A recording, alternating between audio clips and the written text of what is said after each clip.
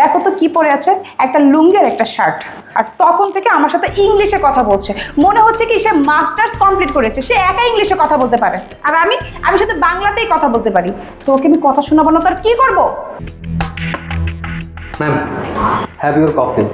এই ছোট লোকের বাচ্চা, তোর এত বড় সাহস, তুই আমার সামনে ইংলিশে কথা বলছিস?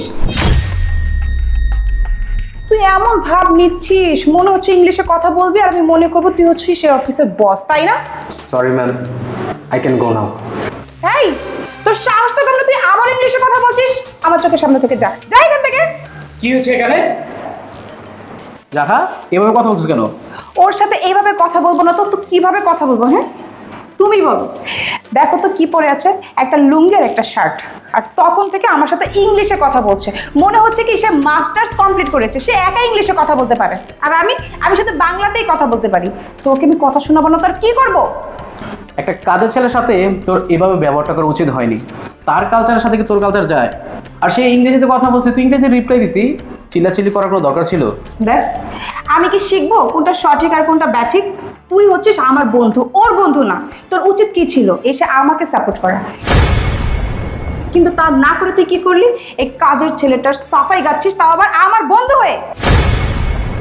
সাপোর্ট দেওয়ার কিছু নাই। তুই একজনের সাথে খারাপ আচরণ করছিস, আমি তোকে ধরাই দিলাম। আর একজন কাজের ছেলের সাথে তোর এভাবে ব্যবহারটা করা উচিত হয়নি। ধর তুই এই অফিসে চাকরি করলি, আর এই অফিসে অনেকগুলো পিয়ন আছে, সবার সাথে যদি খারাপ আচরণ করিস তাহলে তোকে সবাই কিভাবে বল? বিষয়টা তার না। দেখ, ও একজন পিয়ন, আমি তো এখানে বসেছিলাম। ও আমার সাথে চাইলে বাংলায় কথা বলতে পারতো, কিন্তু তা না করে হুট করে এসে আমার সাথে ইংলিশে কথা বলেছে। ও কি একটা বারের জন্য ভাবেনি ও যে আমার সাথে ইংলিশে টক করছে, আমি এতে কি ভাববো? আমি তো ইগো হার্ট হয়েছি, তাই না? শোন, তুই এতক্ষণ যাকে কাজের লোক ভাবছিলি সে হচ্ছে এই অফিসের বস। আর সে এভাবেই তোর ইন্টারভিউটা নিচ্ছিল। কি বলছিস তুই? উনি এই অফিসের বস? এই তুই কি সত্যি বলছিস? আমি এই অফিসের বস, আর আমি এসেছিলাম আপনাকে ইন্টারভিউটা নিতে। আর তার জন্য এই বেশভূষা ধরে কফিটা আপনার জন্য নিয়ে আসছি। স্যার, আমি না আন্তরিকভাবে খুবই দুঃখিত স্যার।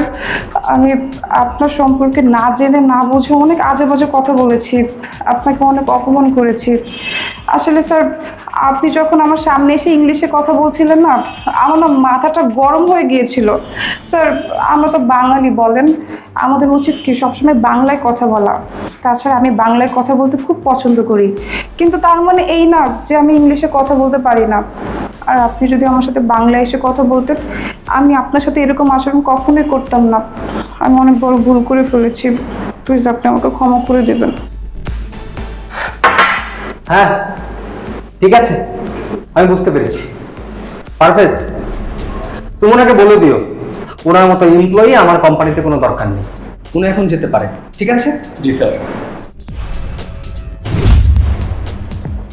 তোর বস আমাকে চাকরিতে নিল না, আর তুই তোর বসকে থ্যাংক ইউ বললি?